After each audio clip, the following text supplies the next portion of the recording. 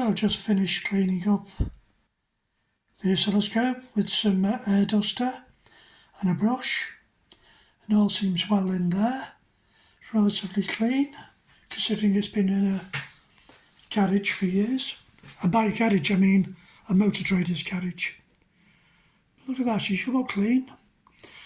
And what I did have to do was adjust the scan level to make it scan right across the screen. And because the built-in calibration that you can see there is 1 volt, but it doesn't tell me the frequency. And it's not 1 kilohertz, I don't know what it is.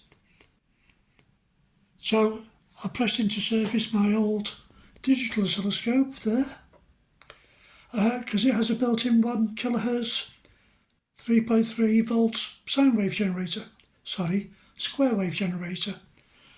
And there's the result.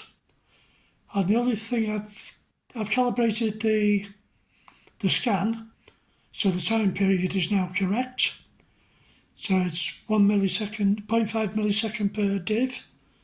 So 1 kilohertz takes 2 divs on the x-axis. And on the y-axis it's coming up at 3.3 volts. But I did notice the channel 1 comes up at 3.3 divisions for 3.3 volts. And channel 2 comes up at 3.5. And to adjust it, you have to go into the X amplifier, the Y amplifiers, which are down there, those tin boxes with the screws in the top. And frankly, I don't give a monkeys, because what I want to use it for is just to detect where signals are present and do comparisons, and I can soon tweak them to be the same if I need to do a comparison, because there's a fine adjustment on each channel. So my bargain oscilloscope, and yes, I've heard some people on forums saying they're not worth what I paid for them. As far as I'm concerned, if it's in good working condition and I can get it up to scratch in approximately half an hour and it's about 40 years old, I think I got a bargain. What do you think? Yeah, you can get better oscilloscopes. I could easily plough money in. A couple of £100 I could get a modern digital one with sampling and everything.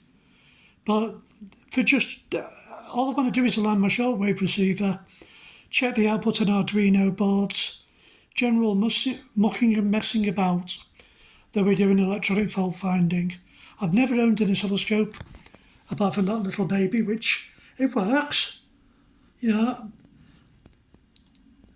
the problem is it falls over because the cables are so short and it weighs so little, and it only goes up to about 20 kilohertz. It's useless. It does measure frequencies though. It does a lot of things that the CRT one doesn't. So yeah, I'll give you that's called the DS0138, and I built that from a kit about 5 or 6 years ago. But this is what I'm more familiar with using. So I'm happy with it. It's old school, it's heavy, it's vintage. It's a lot of fun. So I hope you enjoy the video. Thanks for watching. And it is showing the frequency as 1 kilohertz.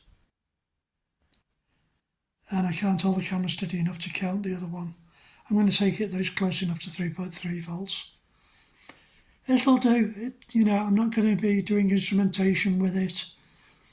I reckon the modern Arduino can probably measure voltages more accurate.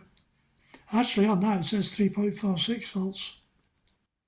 So that means channel 2 was actually right. But yeah, cheap little digital oscilloscope. That's also quite a lot of fun. And it's got me out of a few fixes when I first started doing Arduinos.